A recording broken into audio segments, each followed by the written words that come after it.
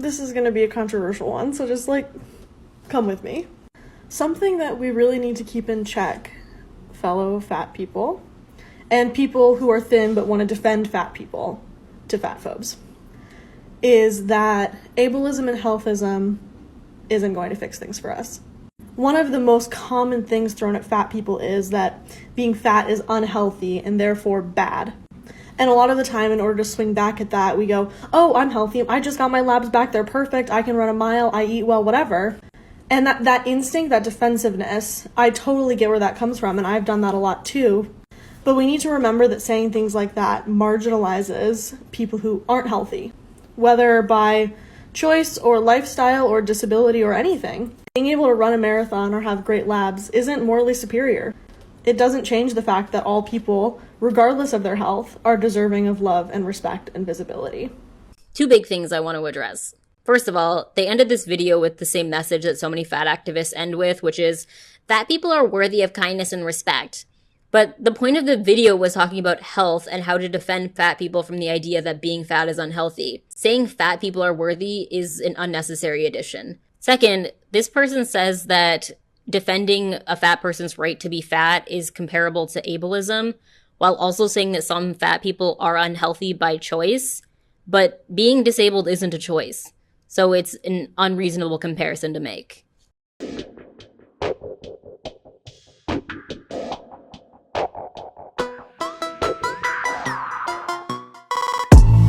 This is probably going to make some of you very mad, but today I want to talk about why non-marginalized people, specifically thin people, don't belong in the body positivity movement. Thin people have turned this movement into being about self-love, and that really just highlights how much privilege you have. This movement was never supposed to be about self-love. It was supposed to be about dismantling systems of oppression, specifically racism, fatphobia, and ableism. We can't love ourselves out of oppression. I'm fat and disabled. Just because I love myself, which I do, doesn't mean that I'm somehow shielded from fatphobia or ableism. Start your own movement, call it self-love, but when you call what you're doing body positivity and it's not, you are drowning out voices of the marginalized who have gone unheard for much too long. You're welcome to be an ally, but that means accepting feedback about problematic things that you say and centering the voices of the marginalized, not your own. This is a real question I have for the fat acceptance community. Is being fat a requirement to be part of the movement? Because fat activists always try to legitimize their movement by saying it's for queer, black, disabled people, but then they'll turn around and say that thin people aren't allowed. Do you guys realize that there are a lot of queer, black, and disabled thin people? Are they not allowed? She also just said that loving myself won't shield myself from fatphobia or ableism, which implies that she thinks ableism and fatphobia are the same or similar, which is absolutely incorrect. And I would appreciate if people spewing fat acceptance BS would keep disabled people out of their mouths. This commenter says the most fat-phobic people are former fats. I swear. This is not the only comment like this. And big agree. And it makes sense though, right? Like, these former fat people hated themselves so much that they bought into the entire fucking scam that is the weight loss industry and practically killed themselves to lose weight.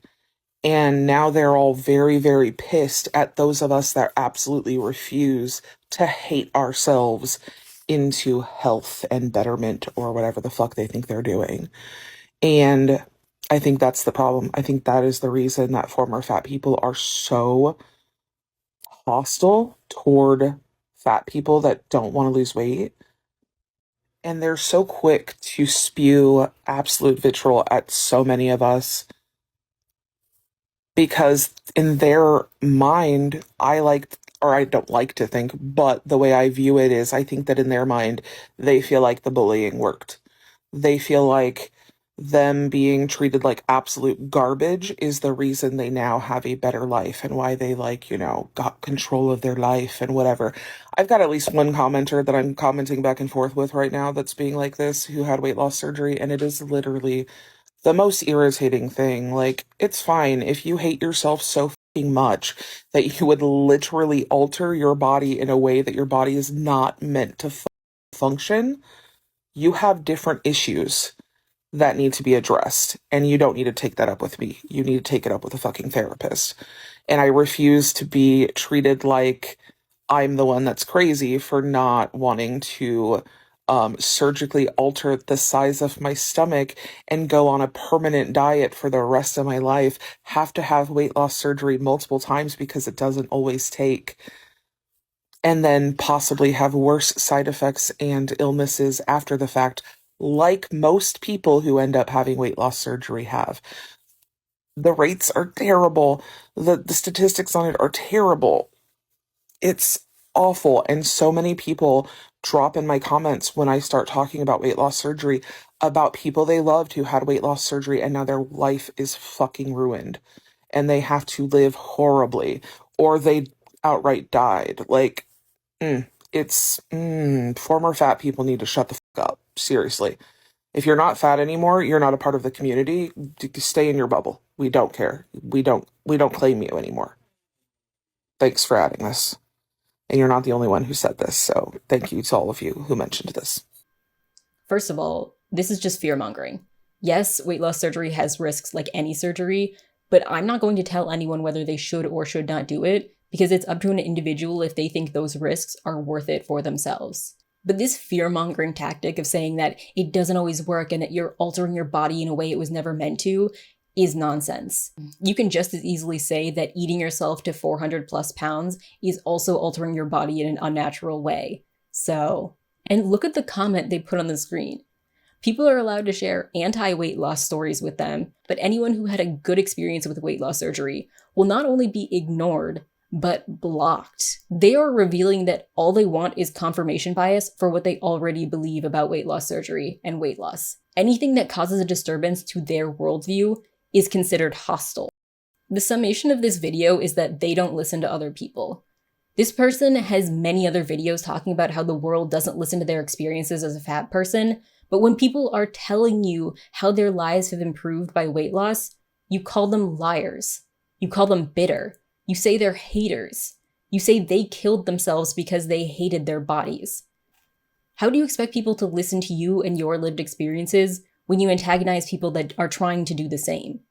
If you're going to tell people to shut the f*** up when they talk about their experiences, you have no right to be upset when people don't listen to a word you have to say.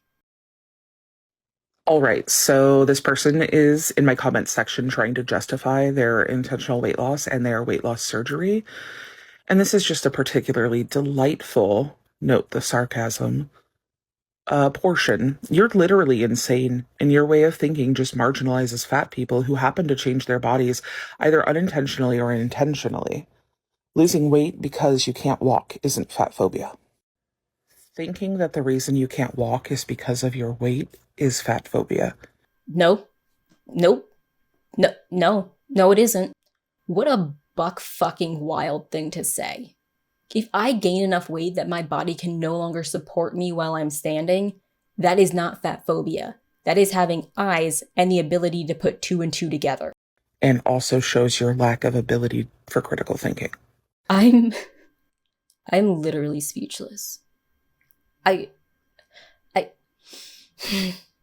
can't comprehend how someone thinks that it's fatphobic to believe that weighing 500 pounds could cause immobility.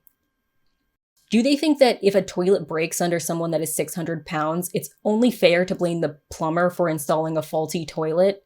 Or do you think if you get large enough that you can no longer wipe your own butt, that we obviously need to blame evolution for not giving us longer arms? That is the level of critical thinking that you possess. So don't you dare put anyone else down for lack of critical thinking.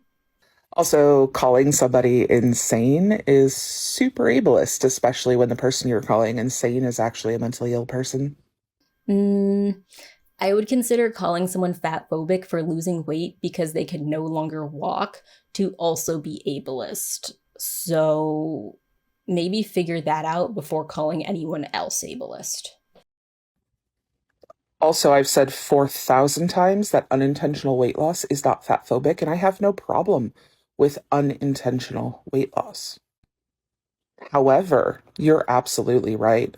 I do alienate people who intentionally lose weight, and that's my goal.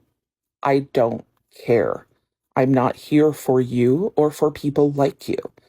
Just because you have bought into the absolute lie that is the diet industry and the self-hatred, and just because you convinced yourself that you needed to literally alter the way your body fundamentally is designed to work because you, what, couldn't do some PT to strengthen yourself? You couldn't do some exercise to strengthen yourself? Oh my God. This person just said that your intentional weight loss that you did to regain your mobility is fatphobic. And if you wanted better mobility, why didn't you just do some exercises or do some physical therapy? How about the fact that physical therapy is very inaccessible for a lot of people based on cost and location?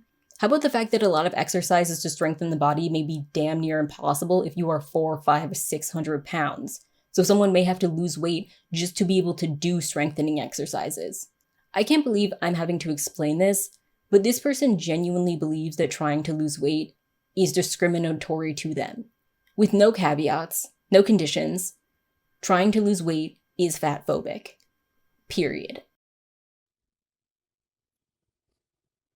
You don't have to lose weight to gain the ability to do activity or walk or move or what have you.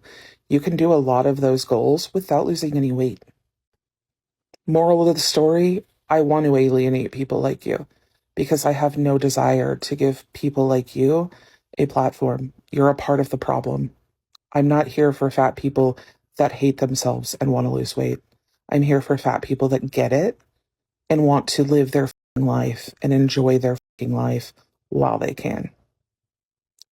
Have the life you deserve, sweetheart. They said they're here for fat people who want to live and enjoy their lives. What if someone is fat and they don't enjoy their lives because they're fat? Look at people that are bedridden because of their size. Most, if not all of them, would say they are not enjoying their lives. I don't understand what this person gets from saying there's no possible way someone could struggle to walk because of their size, or that people who have lost weight and are happier are just liars.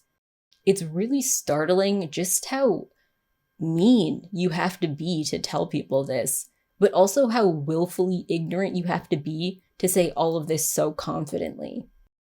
This person says, my mom was just pointing out that the accessible stalls aren't really accessible. This person says, my mom was just pointing out that the accessible stalls aren't really accessible since the toilet paper is almost always digging into larger people's legs.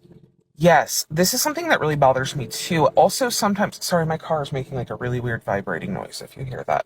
I'm not driving, I'm in a parking lot in the passenger side, but my car's humming. Anyway, another thing about this that I hate is often the toilet paper holder will be either way too low or sometimes too high. Most often, though, it's way too low, and for those of us who are disabled, we have to like crouch and reach under to grab toilet paper, and it's really difficult to get it out, and it's just not actually accessible, and I wish there was a better standard about where the toilet paper sits. Yeah, thanks for adding to this. I've shown this video before, but I want to show it again here because something fat activists talk about all the time is how public spaces are so inaccessible to them, but they never consider how those changes might affect disabled people. Like, maybe handicap stalls have toilet paper holders so close to the toilet because it gives easier access for disabled people to reach.